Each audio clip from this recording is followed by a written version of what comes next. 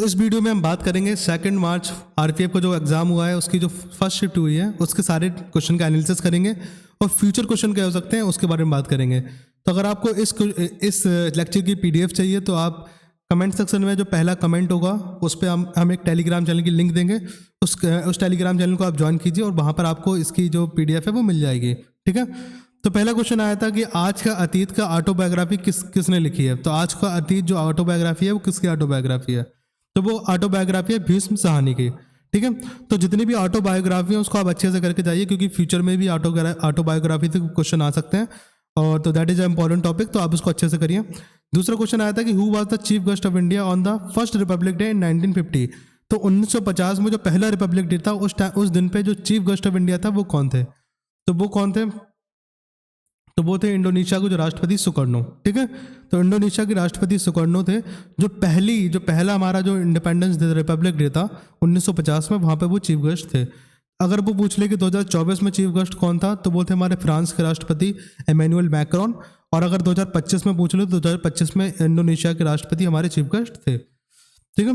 1950 में भी थे और 2025 में भी थे।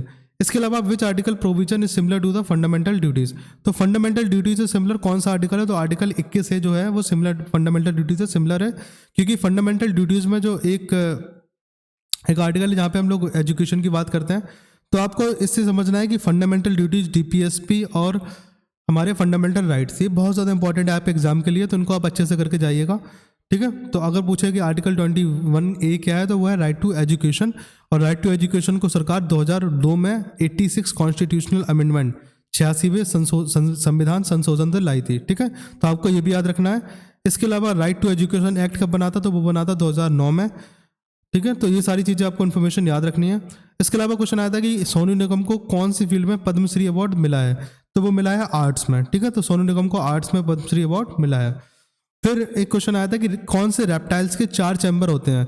यूजुअली जो रेप्टाइल्स के चैम्बर होते हैं वो सारे रेप्टाइल के चैम्बर 3 चैम्बर होते हैं उनके हार्ट में, लेकिन मगरमच्छ एक ऐसा रेप्टाइल है जिसके हार्ट में 4 चैम्बर होते हैं। तो आपको इस क्वेश्चन को भी याद रखना है। इसके अलावा 2024 में जो सम्राट चौधरी और विजय कुमार सिन्हा के किस राज्य के जो डिप्टी सीएम बने। ठीक है। तो सम्राट चौधरी और विजय कुमार सिन्हा 2024 में बिहार के डिप्टी सीएम बने। इसके अलावा आपको जो जितने भी राज्य के गवर्नर हैं और सीएम हैं उनके नाम एक बार पढ़ लेना है ताकि क्वेश्चन अगर एग्जाम में इससे रिलेटेड आए तो आप उसका आंसर कर सकें। उसके अलावा क्वेश्चन आया था सलूबा डायनेस्टी का जो फाउंडर थे वो कौन थे। वो थे नरसिंह-वन। ठीक है। नरसिम्हा-वन थे हमारे जो थे सलूबा डायनेस्टी के फाउंडर। तो सलूबा डायनेस्टी, तुलुबा डायनेस्टी, इन सबके फाउंडर के नाम आप याद कर लेना ताकि अगली शिफ्ट में अगर क्वेश्चन आए तो आप उसके आंसर दे सकें। फिर क्वेश्चन था कि किस टेम्परेचर पर ब्रोमाइन और मरकरी लिक्विड स्टेट में होते हैं। तो वो है 25 डिग्री सेल्सियस। 25 डिग्री सेल्सियस पे जो ब्रोमाइन और मरकरी है वो लिक्विड स्टेट में होते हैं। अगला क्वेश्चन था कि इंडिया को जो पहला इंडिविजुअल ओलंपिक होता कि मतलब एक अकेला इंसान ओलंपिक ला, एक होता टीम ओलंपिक मतलब एक पूरी टीम खेल रही है और वो ओलंपिक जीते। तो इंडिविजुअल ओलंपिक और टीम ओलंपिक अलग अलग होते हैं। ठीक है। तो पहला इंडिविजुअल ओलंपिक कौन लाया था तो वो लाया था केडी जाधव। कब लाया था तो वो 1952 में ब्रॉन्ज मेडल जीते थे। ठीक है। तो अगर क्वेश्चन आए कि 2020 में गोल्ड मेडल कौन लाया था एथलेटिक में तो वो लाए थे नीरज चोपड़ा। कौन से खेल में, वो लाए थे जैवलिन में। ठीक है। तो ये भी आपको याद होना चाहिए। फिर पूछा था कि खरीफ क्रॉप के एग्जाम्पल क्या है। तो क्रॉप और क्रॉप साइकिल और क्रॉप के एग्जाम्पल बहुत ज़रूरी हैं। तो आपको खरीफ क्रॉप के अलावा रबी क्रॉप और जैद क्रॉप और उनके एग्जाम्पल भी पता होना चाहिए। तो अगर हम बात करें खरीफ क्रॉप का जो ऑप्शन दिए थे उससे जो एग्जाम्पल था वो था सोयाबीन, लेकिन खरीफ क्रॉप के और भी एग्जाम्पल आपको याद रखना है। और खरीफ क्रॉप को हम कब लगाते हैं और कब हार्वेस्ट करते हैं इसको भी आपको याद रखना है। इसके अलावा क्वेश्चन आता है कि इंडिया का जो फर्स्ट आरआरबी है रीजनल रूरल बैंक वो कब खुला था और कौन सा है। तो वो है प्रथमा बैंक और ये 1975 2 अक्टूबर 1975 को खुला था। तो आपको याद रखना है प्रथमा मतलब पहला आरआरबी मतलब प्रथमा। ठीक है। तो प्रथम उसमें नाम में ही है तो आपको याद रहेगा कि प्रथमा था वो फर्स्ट आरआरबी था। इसके अलावा क्वेश्चन आया था कि under which article of the Indian constitution parliament and constitution. तो पार्लियामेंट किस आर्टिकल के अंतर्गत बनाई गई है? तो वो बनाई गई है आर्टिकल 79 के द्वारा, और आर्टिकल 79। तो आर्टिकल 79 कहता है द पार्लियामेंट कंसिस्ट ऑफ, मतलब पार्लियामेंट में क्या क्या चीज़ आती है? तो पार्लियामेंट में आती है लोकसभा, राज्यसभा और प्रेसिडेंट। अगर कोई भी विधेयक को अगर तुम्हें एक्ट बनाना है, कोई भी विधेयक को अगर हम कानून बनाना है, तो उसको लोकसभा से भी पास होना होगा, राज्यसभा से भी पास होना होगा, और प्रेसिडेंट की मुहर लगनी होगी, तभी वो एक जो विधेयक है वो एक्ट बनेगा, एक कानून बनेगा। ठीक है। उसके अलावा है water moves through aquifer by which process? तो वो होता है एक्यूफायर रिचार्ज। ठीक है, तो एक्यूफायर रिचार्ज प्रोसेस के थ्रू वाटर एक्यूफायर से मूव करता है। अगला क्वेश्चन था कि कौन से स्टेट में बस्तर दशहरा फेस्टिवल सेलिब्रेट किया जाता है? तो ये किया जाता है छत्तीसगढ़ में। ठीक है, तो अलग अलग राज्य के जो अलग अलग फेस्टिवल हैं उनके नाम आप याद रख लेना। तो ये क्वेश्चन ज़्यादातर पूछे जाते हैं, तो ये इंपॉर्टेंट क्वेश्चन होता है। इसके अलावा क्वेश्चन आता है कि क्विट इंडिया मूवमेंट कब लॉन्च हुआ था? तो वो लॉन्च हुआ था 8 अगस्त 1942 को। किसने लॉन्च किया था? तो ये लॉन्च किया था महात्मा गांधी जी ने। इसको लीडरलेस मूवमेंट भी कहते हैं, क्योंकि सारे अदर नेता को जेल में डाल दिया गया था, तो ये लीडरलेस मूवमेंट भी था। तो ये क्वेश्चन भी आता है कि लीडरलेस मूवमेंट किस मूवमेंट को कहा जाता है? तो वो कहा जाता है क्विट इंडिया मूवमेंट को। फिर अगला क्वेश्चन था who was the chairman of the drafting committee of Indian constitution? Indian constitution के ड्राफ्टिंग कमेटी का चेयरमैन कौन था? तो वो थे हमारे भीमराव अम्बेडकर। ठीक है, तो इसके अलावा क्वेश्चन है कि प्लेइंग टू विन किसकी ऑटोबायोग्राफी है? तो प्लेइंग टू विन ऑटोबायोग्राफी है साइना नेहवाल की। इसके अलावा आपको कमेंट सेक्शन में बताना है कि साइना नेहवाल कौन सा गेम खेलती हैं। ठीक है, तो ये भी इंपॉर्टेंट हो जाता है। इसके अलावा क्वेश्चन आया था कि इंडिया की जो लार्जेस्ट सलाइन लगून है वो कौन है? तो वो है Chilka lake.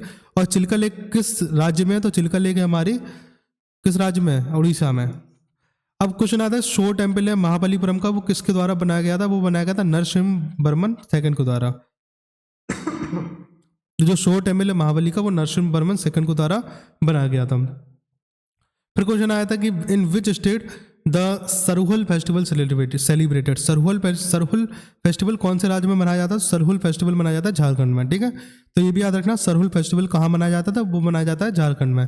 Who won women's Asia hockey championship 2023? तो 2023 में जो वुमेन्स एशिया हॉकी का चैंपियनशिप किसने जीती थी? वो जीती थी इंडिया ने। ठीक है, इसके अलावा क्वेश्चन था कि सेक्स रेशियो 2011 में क्या था?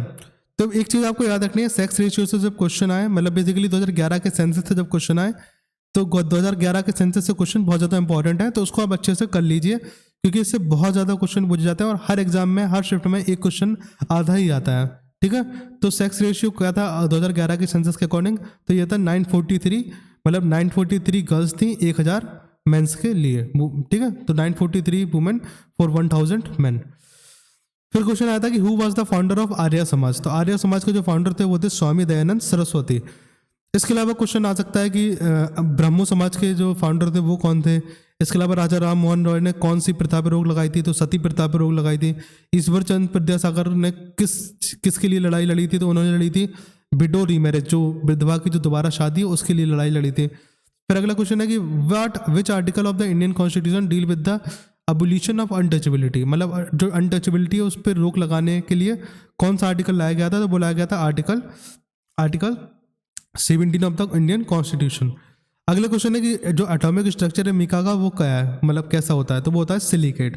ठीक है, तो ये भी आपको याद रखना। इसके अलावा उदय शंकर कौन से डांस फॉर्म के लिए जाने जाते हैं? तो उदय शंकर जाने जाते हैं फ्यूजन नृत्य शैली, जिसको हम फ्यूजन डांस स्टाइल कहते हैं। तो उदय शंकर अगर कभी भी दिखा जाए तो फ्यूजन डांस स्टाइल आपको याद रखना है। ठीक है, तो ये सारे क्वेश्चन थे जो पूछे गए थे। तो अगर आपको इसकी पीडीएफ चाहिए तो मैं कमेंट सेक्शन में टेलीग्राम चैनल की लिंक दूंगा, वहाँ पे आपको पीडीएफ मिल जाएगी। इसके अलावा चैनल को सब्सक्राइब कीजिए, वीडियो को लाइक कीजिए, ताकि आपको मैं अगली शिफ्ट के जो क्वेश्चन है उनको मैं जल्द से जल्द प्रोवाइड कर सकूँ।